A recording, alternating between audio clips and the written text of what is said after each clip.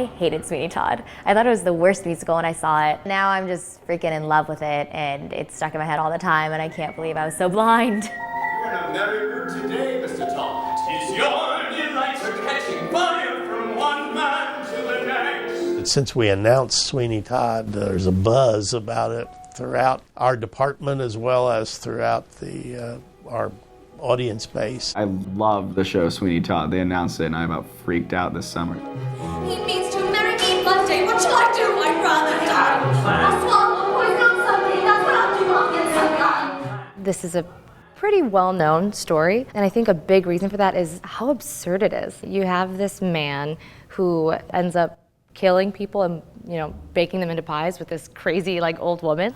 It's priest. Have a little priest. Sir, it's too good, at least. Then again, they don't have its sins of the flesh, so it's pretty fresh. Cannibalism and meat pies, what couldn't you love? Scott said, "You know what I'd like to do?" I said, "What?" He said, "Sweeney Todd." I personally had always wanted to do Sweeney, but felt that we didn't have the students with the strong enough voices at the time. He felt like we had a person that could play Sweeney Todd and that we had several people that would be right for that particular production. I just felt that we had the people to do it, not just for the main characters, but even for the ensemble. And in talking with Dr. Reich, he felt too that, we had the musicians to do it as well. I was thrilled because sometimes he comes up with some odd choices and I go, oh, Sweeney Todd, that's one that everybody has on their list. The story's interesting. There's a man who has been exiled from London for 15 years, and he comes back. He's disguised. So it is you, Benjamin Barker. Not Barker. Not Barker. Pause now. Sweeney Todd. His daughter was stolen away from him. He believes that his wife is dead. His daughter is being taken care of by the judge who exiled him. He wants to get back at the judge and get his daughter back. Meanwhile, he sets up his barber shop above Mrs. Lovett's pie shop. See? It doesn't have to be the sewers or the plague hospital. When they came for the little girl, I hid them. I thought, who knows, maybe the poor silly blight will be back again one day and need him. You can be the barber again. And they happen on to a scheme where he ends up killing people, and then Mrs. Lovett bakes them into pies, and then there's a little bit of voluntary cannibalism, and a lot of people die. I think a lot of people really focus on the blood and gore aspect of it and just the idea of it, but I think what's so special about the show is the story and the characters. I didn't want the piece, I don't think anybody else did, wanted it to be a musical about blood and gore. It's so much more than that. Well, what he said from the very beginning was that he wanted to focus on the story, he wanted to focus on the music. He was not interested in spectacle. The way we're doing the show really plays up the story and plays up the characters. We're doing this show very minimal. Everything's very minimal. It all began with we're way over budget. We went through 2 different designs. The initial design involved a massive centerpiece that rotated, and it was about 100% over budget. So it was a little bigger. It's still in the same style. There's a little more to it. It all focused around trying to solve the issue of the killings and to get to those moments closer to the audience. What kind of developed out of that was this, gamble on pantomiming, a lot of props. Spit it out, dear. Oh, go on. Oh, on the floor. There's worse things than that down there. At first, whenever I first got introduced to that idea, I was a little turned away. As an actor, you want to get down and do everything, I want props. I want to actually do whatever I'm being asked to do. The goal and the aim of it is to take out a lot of the spectacle. In other versions of Sweeney Todd, you'll see all of this blood squirting across the stage, or if they have that elaborate chute that people slide down. We're going more to keep the audience in the moment. What's exciting for a lot of audience members is seeing how the killing is treated. You think you're smart, you foolish boy. Tomorrow you start in my employ. You understand, you like come I to Their throats will be slit, a lot of lighting effects, sound effects. But I'm also interested in how Sweeney, prior to slitting somebody's throat and then after he slits somebody's throat, reacts emotionally to that event. Because I think that's what scares us, how a human being can go that far. We've chose to stay away from blood and try to stay away from trying to block it in a realistic manner. So we chose a stylized approach to it. So it's going to rely heavily on lighting. There's a lot of implied motion. There's a lot of implied violence. If it can be a slower cut on the throat. So and this is going to be true for all the people, so as you slit the throat, the body turns at the same time. Okay. That makes sense. Yeah. You don't need to see the blood. I mean, you know what I mean? And in a way, at first I thought you did. But now I think as this process, I'm learning you don't need to.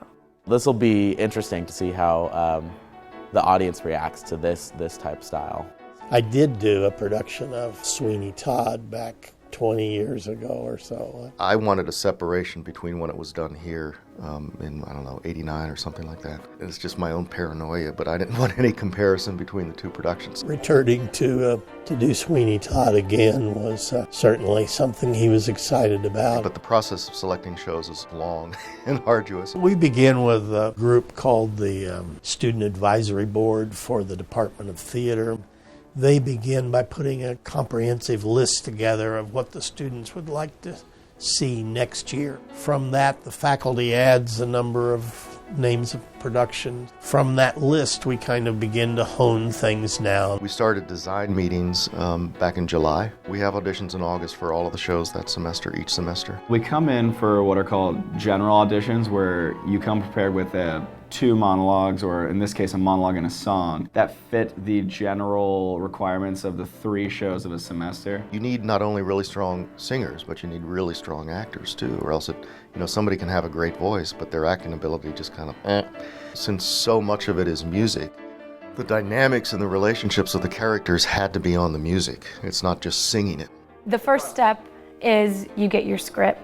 And then you do the quick read through, like, oh my goodness, I say so much. Oh my goodness, I sing so much. Panic mode. We start like hitting the ground running. It was posted on Saturday. I think we started that Monday or Tuesday with music rehearsals. We are fortunate to have a really good working relationship with the Department of Music, because there are a lot of places that, that relationship is not good. The whole month of September was just music rehearsals. Music for any Sondheim show is the most important thing. He tells his stories through the music. Very little dialogue and script is within the play. Sondheim is brilliant. I love the way he writes music and the lyrics for the music, but along with that, then of course comes the difficulty of the music itself. Just the melody lines lots of times create many challenges for professional singers, let alone people that are not professional singers.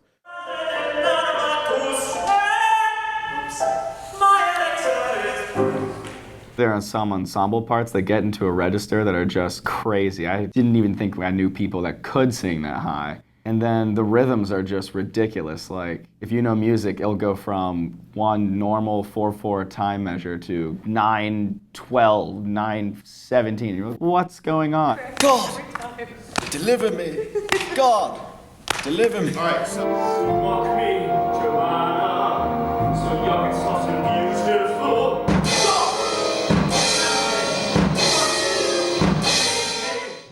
This is much tougher musically than probably any show that I've done since I've been here. And I could not do it without Josh, because he's really a genius on the piano. I don't play piano well enough to be able to do this, so I've got to have somebody that can play.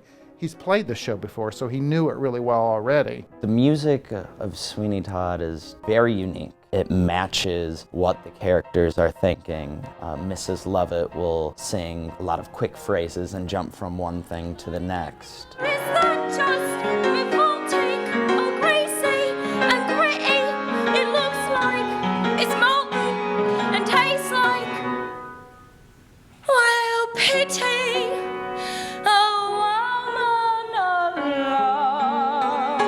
Sweeney goes in between long legato phrases on reflecting, and then as soon as he's reminded of revenge, he gets into that like pitter-patter. Because the lives of the wicked should be made brief for the rest of us that will be a relief. We all deserve to die. And I'll never see tomorrow.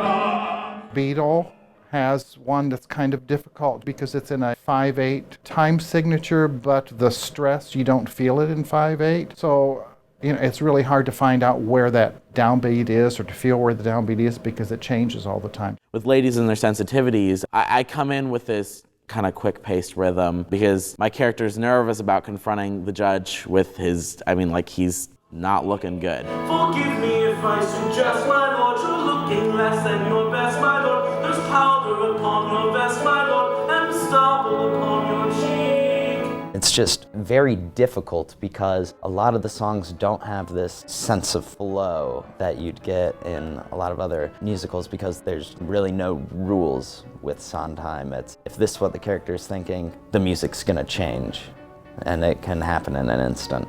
We have to know these songs so that when we get on stage, they're not holding us back from the staging part. It's important to be focused more on the emotions once you get to the stage and not really worried about, am I singing the right notes? That's something that should be kind of automatic by the time you make it to the stage so that you can really focus on your character. So we spend the whole month of September with music. Then after the first show closes on the Shanklin stage, then we come in, have a first couple of reads, but all the music is learned by that time. It's down pat, not the dialogue, but the music.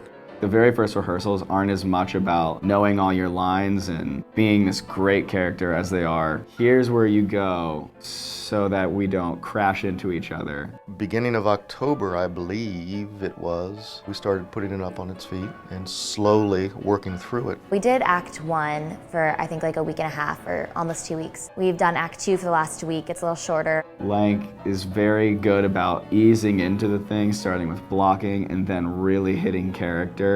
He's very, very insightful, and he's very much about storytelling and making sure that the story comes through, and that's something that I think theater should always be about. It's as if you're in a different location here, so there needs to be a beat here. Okay. Then you turn, and then that's when everybody is as if you're in a different location. Okay. Does that make sense? Yeah. Lank's the worst. I honestly, I think he should be fired. No, Lank's great. He's a very skilled director. He actually directed a play on our main stage when he was still a student. I love working with Lank. He is very supportive. He will let you do whatever you want. Whenever you read your script, whenever you get on stage, he will give you the minimum, like, hey, I think it would be good if you would cross here. And the song you have? Yes. Just make sure this is a technical thing that you play sections 1 and 5. Okay. So Because before you just said there. Yeah, but just it's just a matter of adjusting just a little bit. Those places Okay. that feel okay for you. Sure. Just turn a little bit here. All right, we'll do. Lank is very open about letting you experiment with your character on stage, and he's really good about giving you advice to help make your choices stronger. If there's a moment that isn't clear to him, he'll come up on stage from the audience and we'll talk. Lank is very much about being creative, and he always encourages creativity in his actors. He'll really push you to make big, bold choices because he would rather pull you back from something than try to push you forward. There's no filter, and sometimes it can be kind of shocking, but the fact that he's okay with not filtering, I think, helps him convey what he wants an actor to do, but also leads to a lot of just hilarious moments on stage. A little jig, a little bounce around the bush. Wouldn't you like to push and park? It looks to me, dear, you got plenty of push. That's what it looks to me. It looks to me like, And then that'll like you got a big. He really lets you kind of come with your idea, and he's very open with it, but then he just has this incredible way of helping you fine-tune things that maybe you're confused about or steer you in different directions that maybe you didn't see yourself.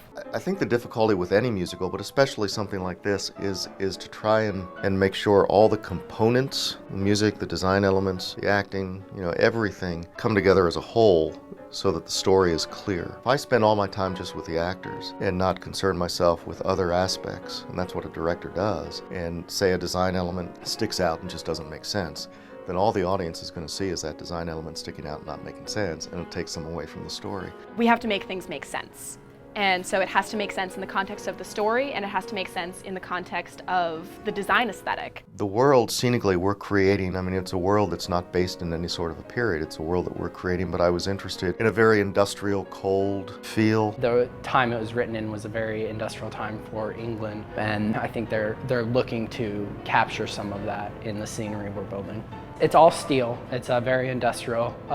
It involves 2 staircases that come down from a perch and then into a platform area that has multiple levels that is also all steel, featuring grates and pipe and all kinds of metalworking. The lighting design in this is going to be fairly complicated, more so than a lot of other things. We have moving lights that we've borrowed. They're going to be part of this. So the light's going to play a huge, huge, huge element in terms of the theatricality of it. Actually, one of the biggest things is we have this, we're calling it a goalpost. And what it is it's vertical pipes a little further downstage from the proscenium, the opening of the theater. And they go up and form, this goalpost structure that we're actually putting lights on, some of which are moving lights. The first thing we see is the environment without the clothes. So when the clothes come in, we want it to look like it's a part of that world. With costumes, and this took us a while to actually pin it down in terms of what the look would be, it is Victorian, but we wanted a slight contemporary feel to it. We've taken black leather jackets that were at Marshall's with zippers and covered corsets with them, so it feels like you can unzip Mrs. Lovett's corset. So it's nothing like you'd find in the 19th century, but it kind of feels like long ago and now. The women are corseted, but even that feels like it's from Victoria's Secret, if you will. This is the first time I've worn a corset. We're all required to be wearing rehearsal clothes, and that is vital, or else you do not know how your character moves, and especially with the corsets, you move so differently, you breathe differently. I know I'm wearing like this vest and a big frock coat, and the shoes I'm wearing like put me in this, I like my body just naturally wants to like straighten up and be like really, really like proper. Whenever I see the renderings of the costumes, that gives me physical features that I could work on, like, oh, she's not prim and proper, so how would she stand? How would she sit, if that's the case? If she's wearing this, if you're in a corset, which we're all learning to deal with. It forms the character overall, so now I'm starting to play with at rehearsals, making my hair crazy, just starting. But then the hair plays a huge element in terms of not only class and status, but having that slight contemporary feel, both male and female. One of the huge things that I came in knowing right off the bat is Kelsey Miller, who plays Mrs. Lovett, cannot stay blonde because Joanna's blonde, and there's a whole plot point about how Joanna is blonde. There's a whole song about how Joanna is blonde.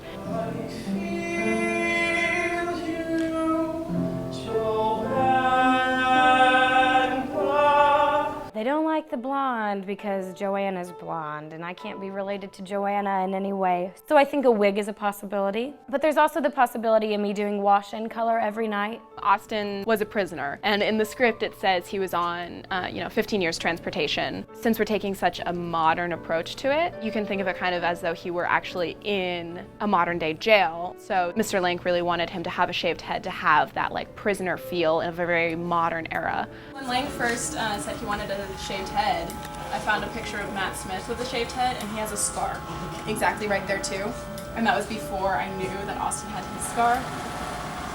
So I told Link that in our meeting the other day when we were discussing this, and he's like, wow, that's really perfect. Austin Howard, who plays Sweeney, kind of looks like a little boy when he has hair, but when it was shaven the first day he came in, there's a maturity factor and kind of a, not evil necessarily, but a darker side to him.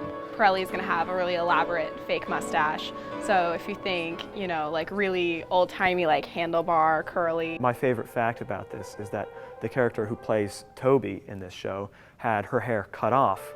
And this is a little bit weird. They're actually going to be making my mustache out of her hair. Hair comes from a multitude of sources, and most of those sources are quite expensive because you have to buy them through a certified hair vendor. Our Tobias is being played by a girl who used to have very long curly hair and now has quite short curly hair. So when we were cutting her hair off for this role, I made a joke that, oh hey, we should just use this for Pearlie's mustache and save the $40 that we were going to spend on hair. And the costume designer thought that that was a brilliant idea, and we decided to just go for it. That's so amazing, just like the whole process of the theater department. Everyone like puts a little hand in to like help out with, especially I feel like with the musical, because it's such a more extravagant set and has so much more time to get put together. We have a costume shop. I actually have a work study there, so I work in the costume shop. Our program has a practicum class which allows for everyone in the department to have to do about 3 hours a week in the shop. You know, I do wigs and makeup. I'm a draper in the costume shop. I like to be a teaching assistant in the intro to costumes classes, but I also love scene painting and try to paint as many shows as I can. And I took a scene design class and I absolutely loved it. This program really caters to the people that want to do everything. That freedom to explore what people are interested in, and then the support to develop those skills, it's only going to enhance their professional life as they leave here. There to the next one, there to the next one are all the same, relatively speaking. Whether they're actually the same doesn't matter so much as that they look the same. A UE theater graduate understands the business of the theater, even as he or she understands acting and understands the kinds of things that we as fans are most likely to see. I've noticed with the graduates that are working, whether it be in theater, TV, film, or even something else, they really help each other in terms of job opportunities. And also all the alumni parties that we have every year in New York and Chicago and LA, that's helped a lot in terms of bringing UET graduates together. Typically they have an annual event in New York City, and we are a bit struck by, number one, the presence of, for want of a better term, the sort of celebrities. To see people who are connected to UE, who had a great experience here, who are now making a name for themselves in the entertainment world is really a lot of fun. Well, it started initially with a number of students that were with us back the first production of Hamlet here. Ron Glass, the African-American actor who had success in the television show Barney Miller. We had Marcia Bennett, who went on to have a career in Canada. Matt Williams, who produced and wrote Roseanne's show. And then just in recent years, a number of people like Carrie Preston, who this year won an Emmy Award for her guest appearances on The Good Wife. Dee Dee Lovejoy was seen recently in Lucky Guy with Tom Hanks. She was seen for 5 years, I believe it was, on the television show The Wire. My take on why we have such a good theater program is in part because of the terrific leadership we have. We have in John David Lutz somebody who understands theater, he understands theater education. I've been involved with the UE theater department for, well, it's over 50 years now. And for a number of years, I was the only one who wanted to direct the musicals. I've since graduated to where I don't want to direct the musicals because they're really complex. You have a lot of components in directing a straight play, but there are more of them with a musical. I think also that a lot of times heightened emotional stakes involved in a musical are stronger and richer, and to get actors there is sometimes harder.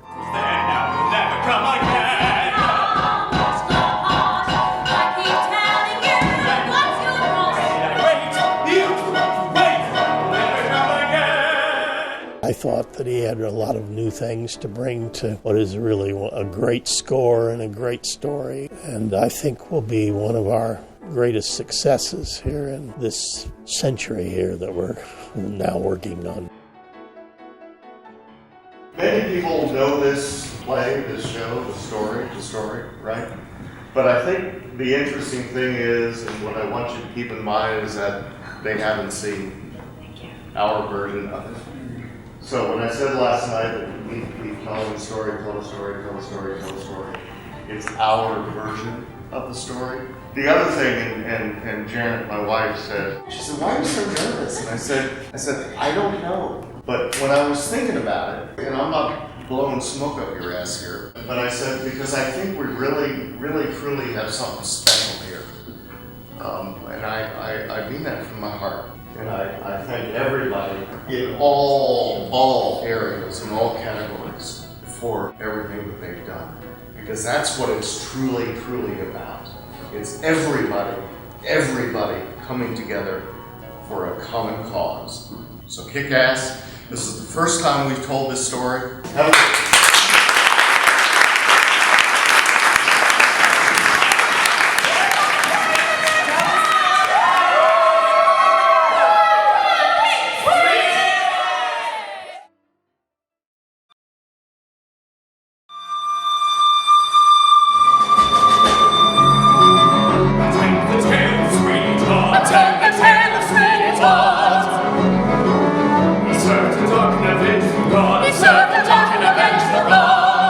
Are we nervous, Mr. Lang? Yes, we are. Okay. Yes, we are. A customer! Oh, I suppose you gave me such a $400 or $200 for me. Can't you think? Picture that set? Well, I mean, these are I haven't seen a customer for weeks. Did you come before my Break the wall, break the wall, and go, AWOL, go, AWOL, go, AWOL, go, AWOL. I'm with you beside me on Sunday, all I can. Besides actors, I'll be reticule, I'll be reticule. I'm going to think me a fool, I'm reticule, nobody for a side, so I know that you can kiss me.